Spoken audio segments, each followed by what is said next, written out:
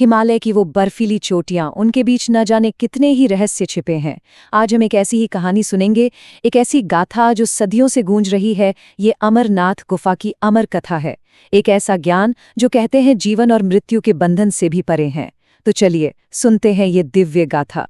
तो ये कहानी शुरू होती है एक सवाल से, एक बहुत ही गहरा सवाल जो देवी पार्वती ने अपने पति भगवान शिव से पूछा।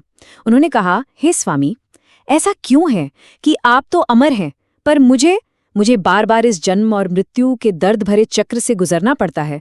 और बस इसी एक सवाल ने ब्रह्मांड के सबसे बड़े रहस्य का दरवाजा खोल दिया। शिव ने कुछ कहा नहीं, बस अपनी मुंडमाला की तरफ इशारा किया और फिर बोले कि ये माला किसी और की नहीं बल्कि पार्वती के ही अनगिनत सिरों से बनी है। हर एक सिर उनके एक पिछले जन्म का प्रतीक है। जरा सोचिए कितना मार्मिक रहा होगा वो पल जब पार्वती को अपने ही अनगिनत जन्मों की सच्चाई इस तरह से दिखी।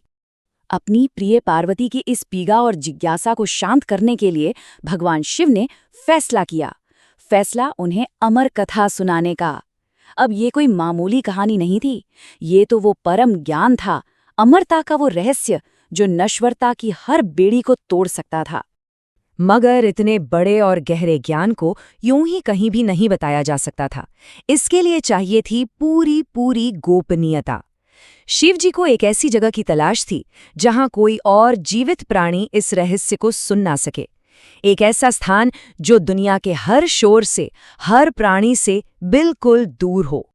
शिव की ये यात्रा सिर्फ एक जगह से दूसरी जगह जाना नहीं था, ये तो त्याग का एक पूरा अनुष्ठान था। देखिए कैसे हर कदम पर उन्होंने अपने सांसारिक बंधनों को एक-एक करके तोड़ा। पहलगाम में अपने प्रिय वाहन नंदी को छोड़ा, चंदनवाड़ी में अपनी जटाओं में बसे चंद्रमा को मुक्त किया, शेषनाग झील पर अपने गले के सर्पों को और महागुनास पर्वत पर अपने ही पुत्र गणेश को भी छोड़ दिया। और अंत में पंचतरणी में तो उन्होंने जीवन के पंच तत्वों पृथ्वी, जल, वायु, अग्नि और आकाश का भी त्याग कर दिया। सोचिए, इतना सब कुछ त्यागने के बाद भी शिव पूरी तरह से आश्वस्त नहीं थे। परम गोपनीयता के लिए उन्होंने अपना आखिरी कदम उठाया। उन्होंने कालाग्नि को बनाया, एक ऐसी धधकती हुई आग जिसने उस गुफा के आसपास हर छोटे से छोटे जीवित प्राणी को भी भस्म कर दिया। अब उस जगह पर उनके और पार्वती के सिवा कोई नहीं था, बिल्कुल कोई नहीं। तो अब सब कुछ तैयार था, पूरी तरह से गोपनीयता। भगवान शिव पार्वती के साथ उस पवित्र गुफा के अंदर गहरी समाधि में बैठ गए और उन्होंने अमर कथा सुनाना शुरू किया। ब्रह्मांड का सबसे बड़ा रहस्य अब प्रकट होने ही वाला था। पर कहानी में एक ऐसा मोड़ आया जिसकी किसी ने कल्पना भी नहीं की थी। जैसे ही शिव ने ब्रह्मांड के वो गहरे रहस्य बताने शुरू किए, देवी पार्वती को नींद आ गई। सोचिए कितनी बड़ी विडंबना थी ये, जिसके लिए इतनी बड़ी तैयारी हुई, वही उस रहस्य को सुनने से रह गई। तो क्या इसका मतलब ये हुआ कि वो अमर ज्ञान हमेशा के लिए खो गया? नहीं, बिल्कुल नहीं, क्योंकि उस गुफा में दो ऐसे सुनने वाले भी मौजूद थे जिनके बारे में किसी ने सोचा तक नहीं था, और उन्होंने सब कुछ सुना। पता है वो कौन थे? वो थे कबूतरों का एक जोड़ा।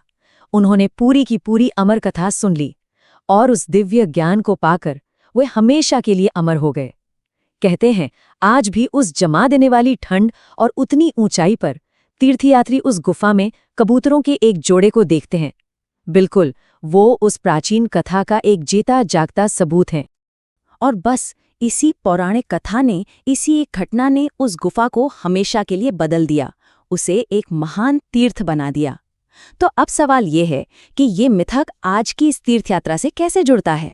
ये जो पवित्र अमरनाथ गुफा है, ये समुद्र तल से लगभग 3888 मीटर की विशाल ऊंचाई पर है।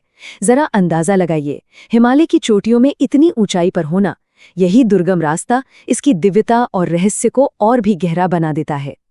लेकिन इस गुफा का सबसे बड़ा चमत्कार है वह प्राकृतिक रूप से बनने वाला बर्फ का शिवलिंग। ये स्वयंभू है, मतलब जो खुद से बना हो। इसे किसी इंसान ने नहीं बनाया। ये तो गुफा की छत से टपकती पानी की बूंदों के जमने से धीरे धीरे आकार लेता है। प्रकृति का एक अद्भुत चमत्कार।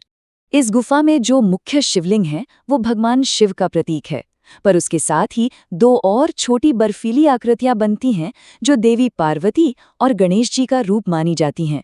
और सबसे हैरान करने वाली बात यह है कि मुख्य शिवलिंग का आकार चांद के साथ साथ घटता और बढ़ता है। पूर्णिमा के दिन ये अपने पूरे आकार में होता है। और बस यहीं आकर वो प्राचीन कथा आज की अमरनाथ यात्रा से जुड़ जाती है। हर साल हजारों लाखों श्रद्धालु इतनी कठिन यात्रा पर निकलते हैं, बर्फीले रास्ते, मौसम की चुनौतियां, इन सब का सामना करते हुए वो उसी पवित्र गुफा तक पहुंचते हैं जहां शिव ने अमरता का रहस्य बताया था।